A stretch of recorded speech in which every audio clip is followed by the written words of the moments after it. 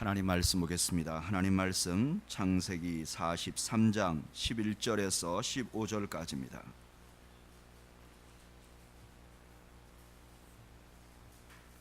창세기 43장 11절에서 15절까지.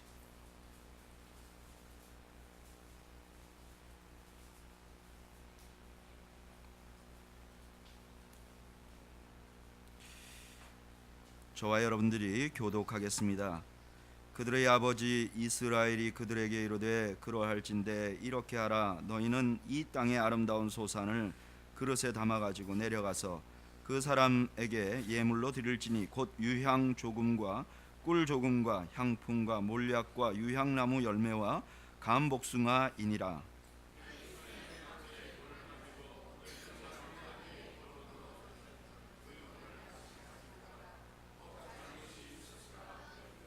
내 아우도 데리고 떠나 다시 그 사람에게로 가라.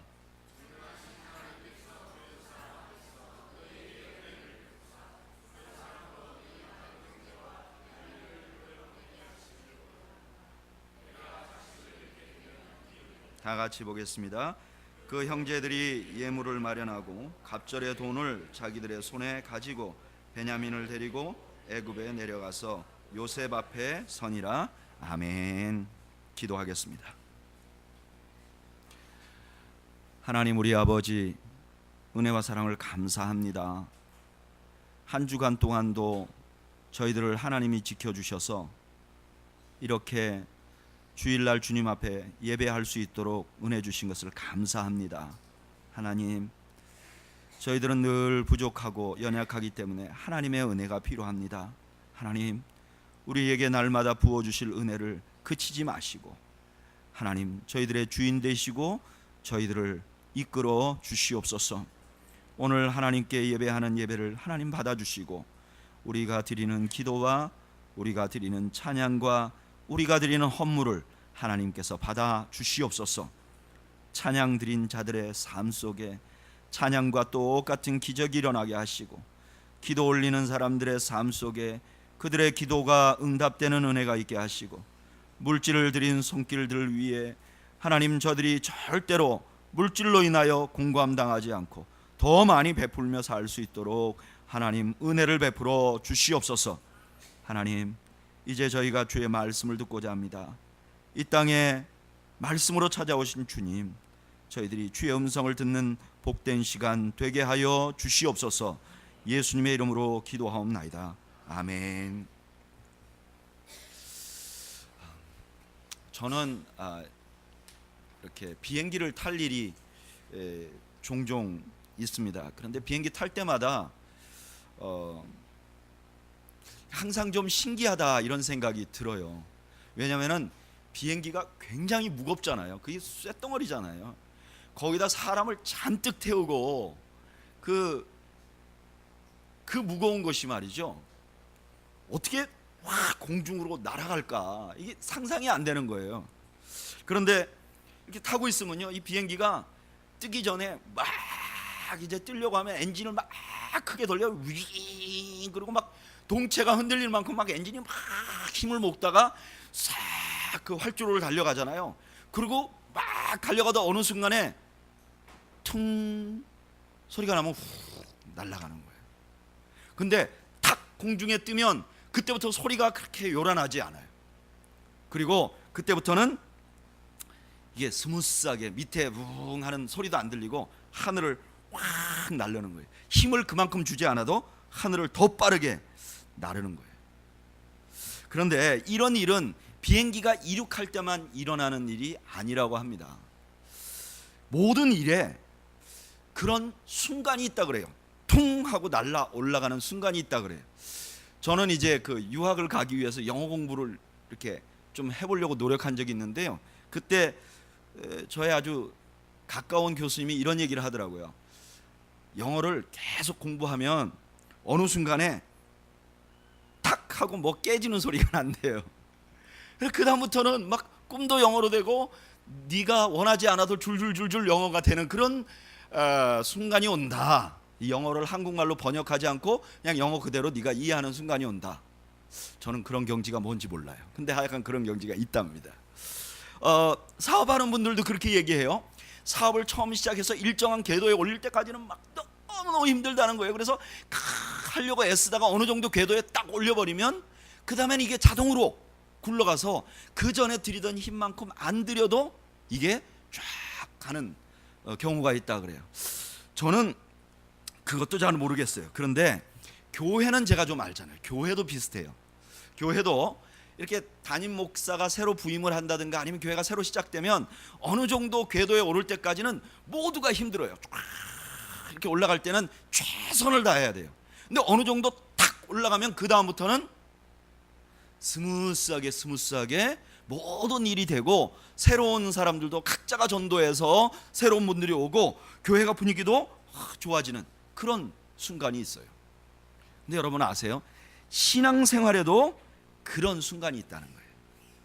많은 사람들이 신앙생활 시작하면 처음에는 막 신앙생활 시작하면 이게 편안할 것 같은데 막상 해보면 그렇지 않아요. 주일날 그전에는 그냥 푹 자다가 일어나서 일찍 나와야 되죠. 뭐 하지 말라는 것도 있죠. 뭐 눈치 보는 것도 있죠. 그리고 자기가 막 기도하면 뭐 응답이 돼야 되는데 그러지 않은 경우도 있고, 신앙생활을 막 시작하면 그렇게 몸에 익지 않아서 불편할 때가 있어요. 그런데 이렇게 힘들지만 신앙생활도 어느 정도 올라가면 팅 소리가 나면서 이게 재미있고 신나고 이전에 내가 신앙생활 하던 것과는 완전히 다른 차원의 신앙생활을 하는 순간이 있다는 거예요. 그러면 그 순간이 언제인가? 신앙이 탁 올라가서 팅 소리가 나는 때가 언젠가? 오늘 본문이 우리한테 알려줘요. 오늘 본문은요, 야곱 인생의 전환기예요. 오늘 본문 이전에도 야곱은 상당히 열심히 신앙생활을 했어요. 하나님도 개인적으로 만나고 제사도 개인적으로 드렸어요. 이건 예배를 했다는 거죠. 그런데 이렇게 열심히 하나님을 섬기는데 야곱의 삶을 보면 뭐가 시원한 게 없어요. 42장 4절에 보면 이렇게 말해요. 야곱이 요셉의 아우 베냐민은 그의 형들과 함께 보내지 아니하였으니 이는 그의 생각에 재난이 그에게 미칠까 두려워함이었더라.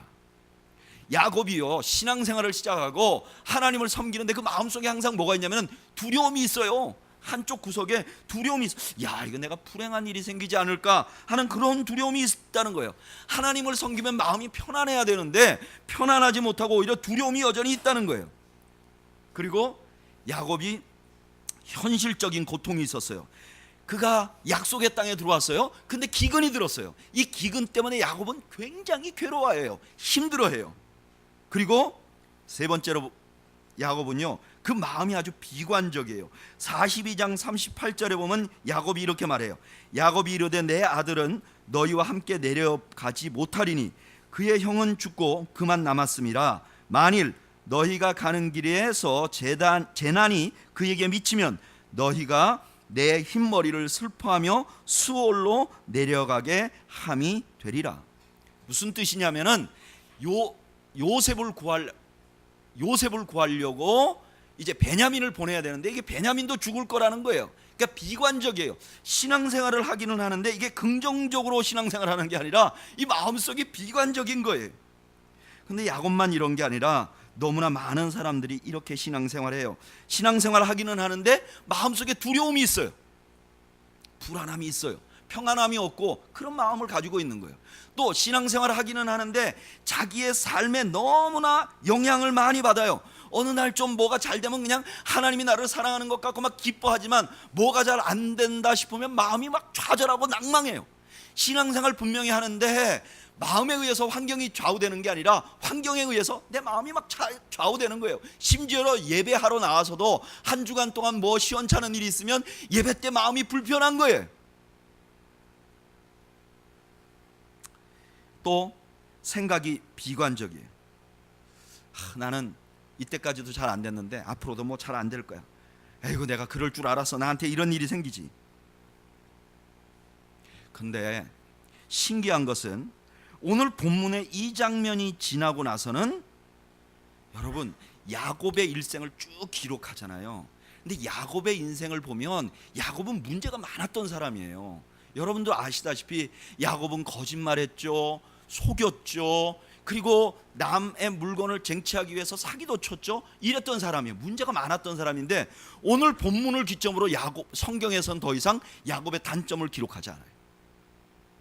야곱은 오늘 본문부터는 완전히 위대한 족장으로 탁 든든히 서요. 여러분들도 아시다시피 야곱이 바로를 만났을 때 어떻게 했죠? 그 바로는 세계의 왕이에요. 야곱은 그냥 목축업을 하는 한 유목민인데 이 사람이 그 바로를 만나갖고 축복해버려요. 완전히 다른 사람이 되는 거예요. 다른 신앙생활을 하는 거예요. 도대체 오늘 본문에서 무슨 일이 있었길래 야곱이 이렇게 되었는가?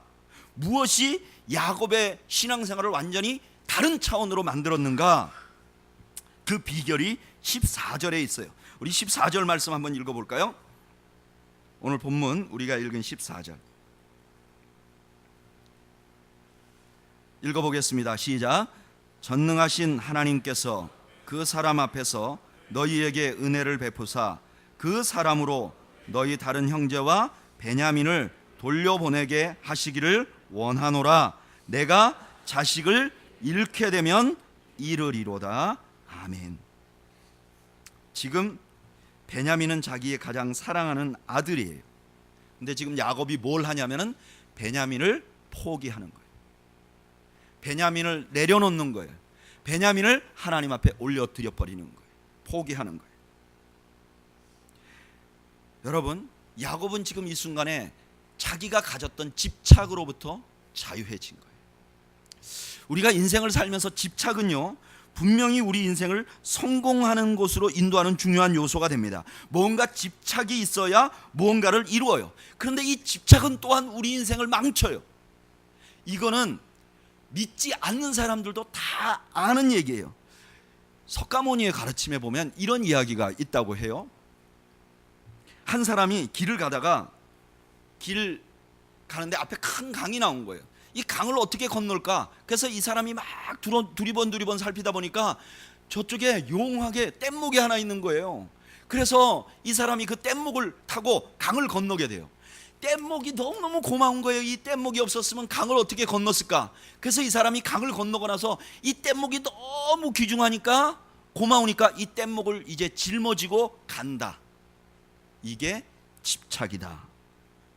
그래서 불교에서는 집착이라는 것이 모든 죄의 근원이고 불행의 근원이라고 말해요. 믿지 않는 분들도 아는 거예요. 이건 의학적으로도 알아요. 무언가에 너무 집착하면 그게 건강을 해쳐요. 여러분, 술에 집착하면 그거 알코올 중독이라고 말해요. 노름에 집착하면 그거 노름병이라고 말해요. 또 운동에도 막 집착해서 그냥 운동에 막 목숨을 걸면 그 운동이 오히려 우리의 건강을 해치기도 한다 그래요. 사회에서도 다 알아요. 누군가가 뭐에 집착하는 모습은 이렇게 보기 좋게 안 보여요.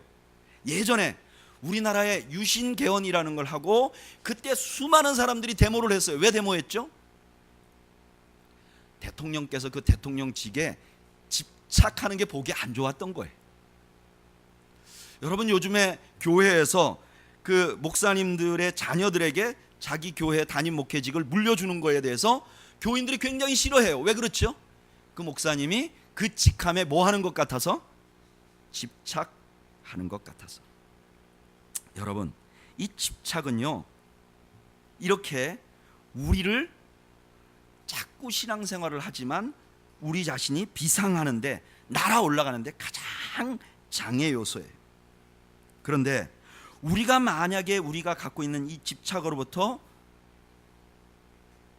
내려놓아지면, 이 집착을 하나님께 올려버리면, 집착으로부터 자유해지면, 포기할 수 있으면, 그때부터 우리의 신앙이 성숙과 은혜의 단계로 나아갈 수 있게 되는 거예요.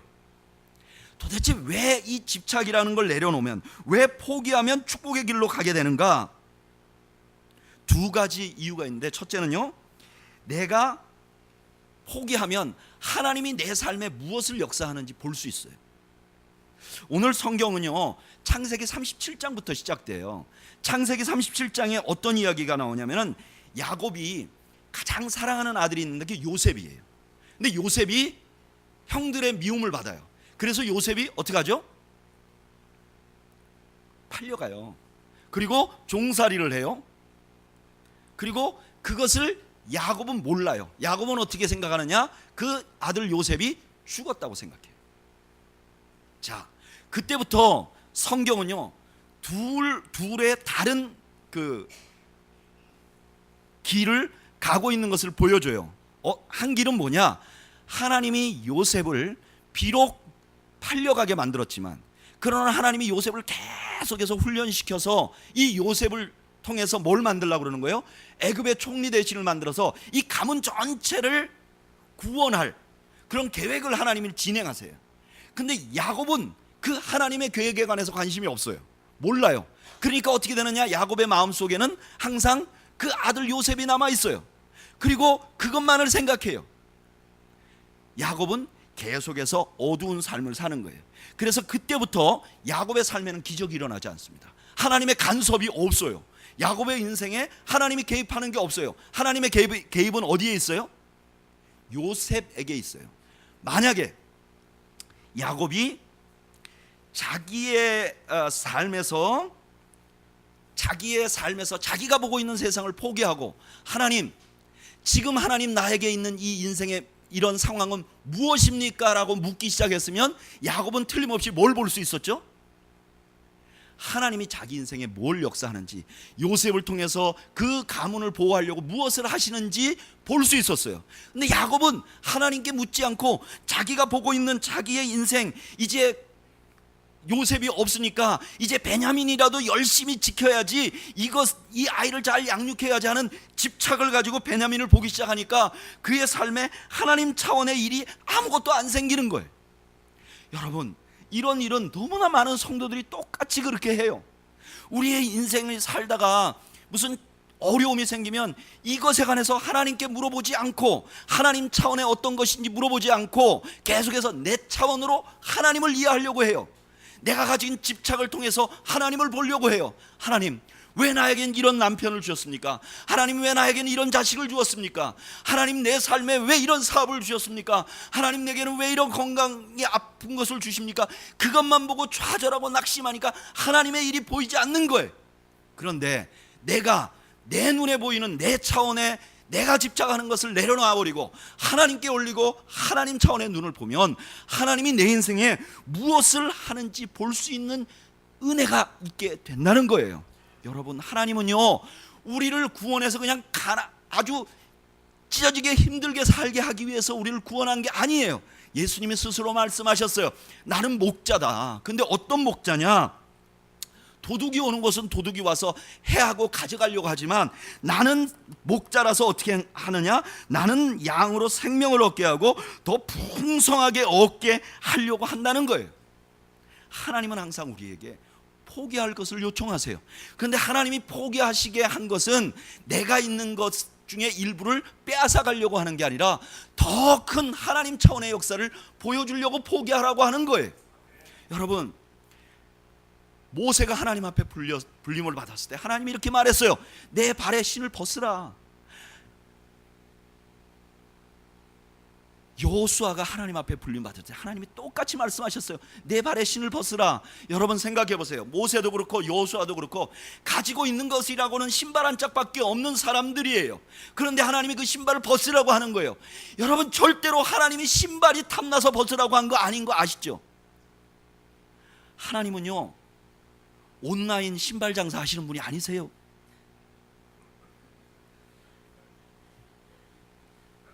하나님은요, 그 신발이 필요해서가 아니라 네가 너를 포기해야 내가 너의 차원에 일어나는 그 일을 내가 너한테 할 수 있기 때문에 그렇게 하신 거예요. 여러분, 우리 하나님이 때때로 우리에게 포기할 것을 요청하세요. 너무나 내가 집착을 가지고 있는 것을 놔버리라고 요청하세요. 하나님, 근데 자식인데 어떻게 놔요? 하나님, 남편인데 어떻게 놔요? 하나님이 생명 같은 사업인데 어떻게 놔요? 놓으면 죽을 것 같지만 하나님이 놓으라고 하실 때는 더 큰 일을 우리에게 보이시려는 사인이세요.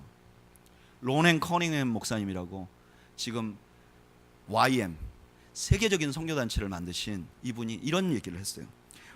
하나님이 포기하게 하시는 것은 더 큰 일을 하게 하려고 한다.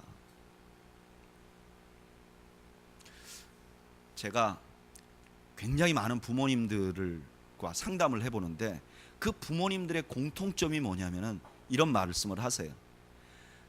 내 자녀를 내가 키울 때보다 하나님이 키울 때 더 잘 키우시더라.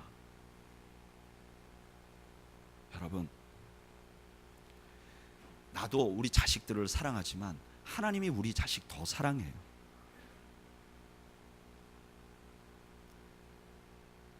하나님 앞에 올려놓으시면 하나님이 무엇을 하는지 볼 수 있는 은혜를 경험하게 됩니다. 또 하나는 그렇게 놓을 때 하나님의 마음을 이해할 수 있어요. 오늘 본문에 보면 이렇게 말해요. 내가 자식을 잃게 되면 잃으리로다. 근데 이거 어디서 많이 들어본 얘기예요. 누가 이렇게 했죠? 이 야곱의 할아버지 아브라함이 하나님이 이삭 바치라고 하니까 어떻게 했죠? 내가 드리더라도 하나님이 살리실 거다, 이런 믿음을 가지고 하나님 앞에 올려 드려 버리잖아요. 근데 그 아브라함은 또 누구를 그리는 거죠? 하나님 아버지를 그리는 거잖아요. 아브라함의 자식 이삭은 하나님이 죽이지 않았어요. 양을 통해서 대신하고 그 이삭을 살렸어요. 왜 그렇게 하셨는가? 왜냐하면 하나님께서 하나님 아버지의 자식을 어떻게 하시려고요? 우리를 위해서 죽이시려고. 하나님은요, 죄 지은 인간을 그냥 벌하시면 끝나는 거예요. 하나님은 하나님 앞에 대적한 그 원수 같은 인간들을 다 죽여버리면 끝나는 거예요. 그러면 하나님이 역할은 끝나요. 그런데 하나님께서 그렇게 하지 않기를 원하신 거예요. 그래서 그 아들 예수 그리스도를 우리에게 보내시고 우리를 구원하신 거예요. 그런데 아무것도 하나님을 위해서 포기하고 드려본 적이 없는 사람은 그 하나님의 마음을 이해할 수가 없어요. 여러분, 하나님의 마음을 이해하는 방법은 우리가 우리의 자신의 소중한 것들을 포기해본 경험이 있어야 하나님의 마음을 이해할 수 있는 거예요. 여러분, 예수님을 닮아가는 것도 그래요. 우리 모두가 예수님 닮기를 원해요. 그런데 예수님은 어떤 분이세요? 빌립보서 2장 7절 이렇게 말해요. 오히려 자기를 비워 종의 형체를 가지사 사람들과 같이 되셨고. 예수님은 어떤 분이냐? 자기를 비워버리신 분이세요. 내가 나를 비운 경험이 없으면 우리는 절대로 예수님 닮을 수 없어요. 뿐만 아니라 자기를 포기하지 않으면, 포기한 적이 없는 사람은 제자가 될 수도 없어요. 우리가 너무나 많이 매주 아는 말씀, 예수님께서 제자들에게 이렇게 말해요. 누구든지 나를 따라오려거든 자기를 부인하라. 자기를 부인하지 않으면 내 제자가 될 수 없다. 내가 집착하는 거 다 가지고, 내가 놓을 수 없는 거 다 손에 쥐고 제자가 될 수 없다는 거예요. 그래서 빌립보서 3장 8절에 사도 바울이 이렇게 말해요. 또한 모든 것을 해로 여김은 내 주 그리스도 예수를 아는 지식이 가장 고상하기 때문이라. 내가 그를 위하여 모든 것을 잃어버리고 배설물로 여김은 그리스도를 얻고. 버렸을 때 제자가 되는 거예요. 여러분, 신앙생활에서 내가 예수님 닮아가려면 어떻게 되느냐? 하나하나 내려놔 포기하는, 집착으로부터 자유해지는, 그럴 때 나는 나도 모르게 예수님 닮아지는 거예요. 교회 와서 찬송하고 주야 이런다고 예수님 닮지 않아요.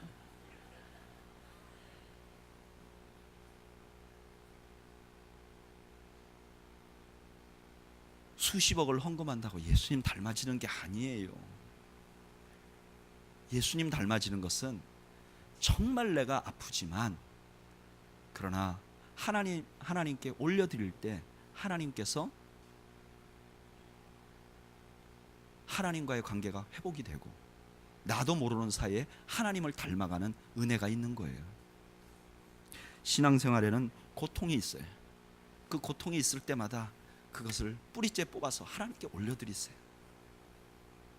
그것이 하나님이 우리를 더 멋진 하나님의 자녀로 만들어가는 과정이에요. 제가 아주 어렸을 때 우리 할아버님이 농사를 지셨는데 너무나 근실하셔서 이제 땅을 이렇게 몇 년 일하시면 땅을 사세요. 밭을 사시고. 근데 보통 밭을 사면요, 그 밭이 좋은 밭이 아닌 경우가 많아요. 그러면 몇 년 동안 할아버지가 그 밭에서 그 엑스트라 일을 하셔야 돼요. 그게 뭐냐? 그냥 씨 뿌리는 게 아니고 가서 돌 캐내고. 근데 세상에 저희 할아버님이 산 밭 중에 제가 밭 가운데 이만한 돌이 있는 거예요. 근데 그 전 사람은 그 이만한 돌을 그냥 놔두고 농사를 지셨어요.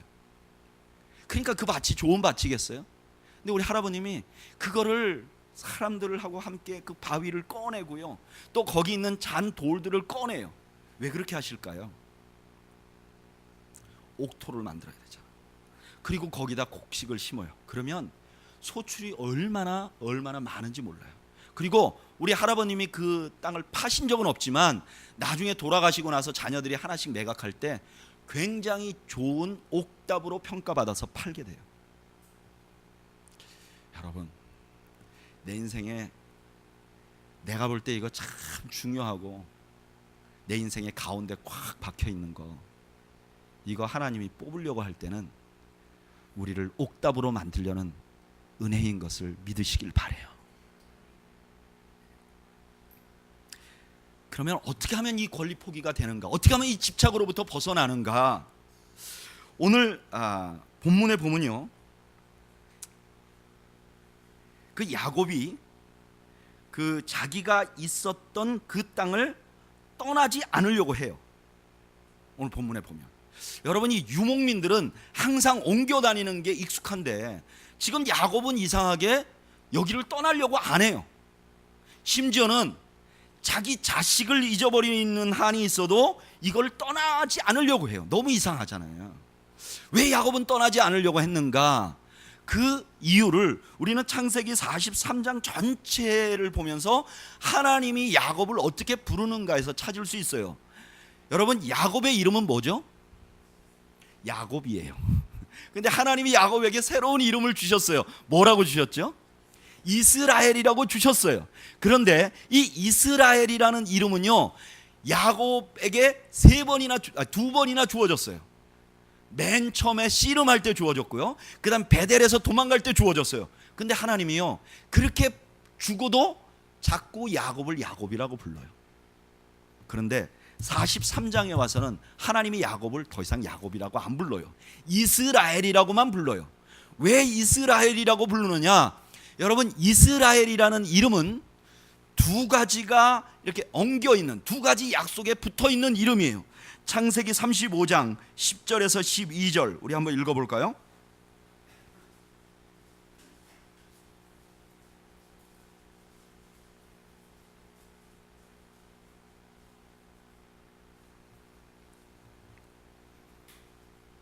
창세기 35장 10절에서 12절 다 같이 읽겠습니다. 시작. 하나님이 그에게 이르시되 내 이름이 야곱이다마는 내 이름을 다시는 야곱이라 부르지 않겠고 이스라엘이 내 이름이 되리라 하시고 그가 그의 이름을 이스라엘이라 부르시고 하나님이 그에게 이르시되 나는 전능한 하나님이라 생육하며 번성하라 한 백성과 백성들의 총회가 내게서 나오고 왕들이 내 허리에서 나오리라 내가 아브라함과 이삭에게 준 땅을 내게 주고 내가 내 후손에게도 그 땅을 주리라 하시고 아멘. 야곱의 이름에 이 이스라엘이라고 된 것은 두 가지 약속이 붙어 있어요. 하나는 그를 수많은 민족의 족장으로 삼겠다. 또 하나는 그 땅 가나안을 주겠다. 지금 야곱은 목축업을 하는 사람이라 당연히 기근이 들면 딴 데 가야 되는데 안 가고 있었던 건 뭐예요? 하나님의 약속이 가나안 땅에 있기 때문에.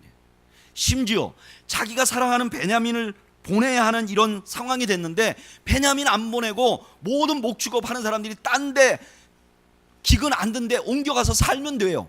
그런데 야곱은 여기를 떠나지 않기 위해서 베냐민을 보내는 거예요. 여러분, 이해가 되세요? 지금 야곱이 베냐민을 포기할 정도로 이렇게 강력하게 여기 있는 이유는 뭐냐? 하나님의 말씀을 신뢰하기 때문에 그런 거예요. 여러분, 포기라는 것은 원래 심성이 약한 분들이 있잖아요. 조금만 뭐 하면 난 포기할래, 이런 사람 있잖아요. 이런 포기가 신앙적인 포기가 아니에요. 아까 말했던 하나님의 은혜를 경험하고 하나님의 역사를 경험하고 내 신앙의 인격이 달라지는 포기는 어떤 것이냐? 하나님의 말씀을 신뢰하기 때문에 내가 가지고 있는 집착을 놓는 거예요. 하나님을 신뢰하기 때문에 내가 가진 집착을 놓는 것이 바로 신앙적인 포기예요. 자식이 속을 너무 썩여요. 저 내 인생의 원수, 내가 너를 끝까지 짊어지고 가다간 내가 죽겠다, 포기해야지. 이건 신앙적인 포기가 아니에요. 이 자식이 너무 고통스럽게 하는데 내가 이 아이를 집착하는 것보다 하나님께 올려드리면 하나님이 더 잘하시겠지. 하나님이 나도 그렇게 키워왔고 그렇게 하신 분이시니까 하나님, 난 이제 내 능력이 없고 하나님의 능력이 있으시니까 난 하나님께 드립니다라고 하나님께 올려드리면 그 순간부터 내가 신앙이 달라지는 은혜를 경험한다는 거예요. 포기는 언제 일어나느냐? 하나님을 신뢰할 때 일어나는 거예요. 여러분, 예수님이 우리에게 가장 바라는 게 뭐냐? 하나님을 신뢰하는 거예요. 요한복음 14장 1절에 뭐라 그래요? 너희는 마음에 근심하지 말라. 하나님을 믿으니 또 나를 믿으라. 우리가 근심 걱정 많고 우리가 신앙생활하면서도 염려가 있고 두려움이 있는 이유는 뭐냐? 하나님을 신뢰하지 못하기 때문에 그래요. 하나님을 신뢰하면 그 다음에 포기도 되고, 포기가 되면 그 다음에 우리 신앙이 비행기 날 때처럼 팅 하고 하늘로 올라서 정말 자유한 신앙생활을 할 수 있게 되는 거예요. 이 대표적인 예가 무엇인가? 마태복음 14장 22절에서 33절까지 보면 제자들이 바다에, 그 호수에, 갈릴리 호수에 이렇게 호수를 건너가요. 근데 그날따라 바람이 막 역풍이 불어가지고 제자들이 너무너무 고생스러워요. 그걸 누가 보고 계셨느냐? 예수님이 보셨어요. 그래서 예수님이 바다 위를 걸어서 제자들에게 와요. 제자들이 예수님을 봤는데 이게 사람은 이럴 수가 없으니까 유령이라고 생각해요. 유령이다 그러는데 예수님이 나 유령 아니다 그렇게 말해요. 그러니까 베드로가 진짜 예수님이군요 그러면서 이렇게 말해요. 예수님이면 저를 오게 해서 저도 걷게 해 주십시오 그렇게 말해요. 예수님 뭐라 그랬죠? 오라 그랬어요. 그러니까 베드로가 배에서 내려서 막 걸어가다가 풍랑을 보니까 어땠어요? 너무 무서워서 물에 빠졌어요. 그래서 예수님이 건져주셨어요. 많은 사람들이 이렇게 생각해요. 아유, 베드로 참 성격도 급하지, 그렇게 살면 안 되는데. 근데 여러분, 이 장면을 잘 보면요, 물을 걸은 건 누구죠? 예수님이세요. 그런데 제자들이 12명이 있었는지 나머지 제자가 있었는지 몇 명이 있었는지 모르지만 배 안에 있는 제자들은 한 명도 예수님 닮아 본 적이 없어요. 베드로는 어떻게 했죠? 예수님하고 똑같이 물 위를 걸어보는 경험을 한 거예요. 그런데 마태는요, 베드로가 물 위를 걸어가기 전에 이렇게 말해요. 베드로가 배에서 떠나 배에서 내려. 여러분, 호수예요. 배는요, 자신이 가장 안전하다고 생각하는 거예요. 근데 이 배에 타고 있는데 문제가 생겼어요. 그런데 그 나를 안전하게 생각한다는 데서 용기를 내서 내린 베드로만 예수님 닮고 예수님이 하셨던 기적을 경험하게 된 거예요. 거기를 내려보지 못한 사람들, 자기가 갖고 있는 이 배 안에 있는 삶을 포기해보지 못한 사람들은 멀미만 하고 인생이 끝났던 거예요. 여러분, 하나님을 신뢰하세요. 그래서 내가 핸들할 수 없는 거 하나님을 신뢰하고 내려놔 보세요. 그러면 내가 물 위를 걷는 은혜를 경험할 수 있어요. 지난 주간에 우리 컴패션에서 같이 일하는 한 목사님과 대화를 했어요. 이 목사님은 목회는 하지 않으세요. 그냥 컴패션 일만 하세요. 근데 저를 너무 부러워하는 거예요. 그래서 자기는 가끔 목회 부르심이 있으면 좋겠다 이런 생각을 한대요. 근데 나이가 지금 벌써 55쯤 됐어요. 그래서 아무도 자기를 청빙 안 해준다는 거예요. 그런데 자기는 지금 자기 나이에 뭐 700명, 1000명 되는 교회 청빙 받은 것보다는 이 목사님처럼 이렇게 아름다운 공동체에서 목회하는 게 너무너무 좋을 것 같다는 거예요. 그래서 제가 하라 그랬어요. 하라고. 근데 그렇게 하려면 떠나야 되는 게 너무 많은 거예요. 그러니까 못하는 거죠. 저도 그 전에 사역하던 교회에서 매일 저녁 고민했어요. 주일날 예배를 마치고 나면 제 아내하고 목사님들 몇 분 모인 그 모임에 갔어요. 아무도 모르는 일이죠. 어떤 모임이냐? 커피숍을 하는 한 집사님이 주일날 문을 닫는데 주일날 저녁에만 목사님 한 3분을 위해서 밤에 요만큼 문을 열어놓고 기다려요.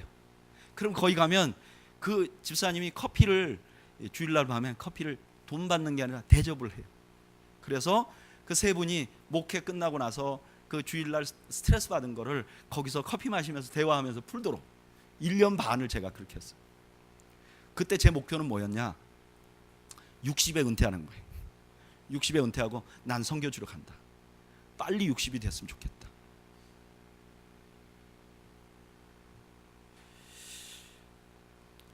그리고 60이 될 때까지 배 안에 있었던 거죠. 하나님이 흔들어 버리니까 불꽃에서 튀어나온 것처럼 튀어나와서 우리는 교회가 시작됐는데 와보니까 여기가 내가 꿈꾸던 바로 그곳이었어요.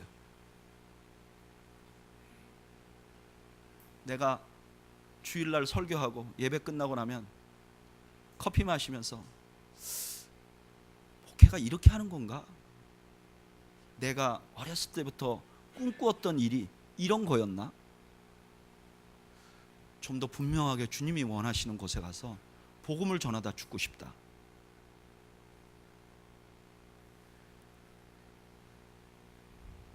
하나님이 흔들어 버리니까 여기 나왔어요.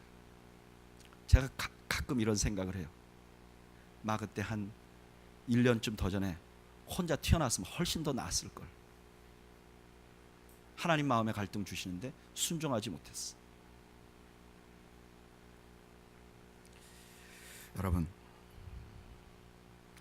지금 여러분들을 힘들게 하는 요소가 뭐죠? 여러분들 신앙생활에 확 날려고 하는데 나를 붙들고 있는 건 뭐죠? 그게 어떤 것이든 여러분들보다는 하나님이 더 잘하실 수 있어요. 그리고 하나님은요, 여러분들의 상황이 어떻든 여러분들이 비참하게 망가지는 걸 원하시는 분이 아니세요. 하나님 신뢰하고 배에서 나오시고, 남들이 볼 때는 포기하는 것 같지만 하나님께 올려드리세요. 그러면 완전히 다른 차원의 비상하는 신앙생활을 하게 될 거예요.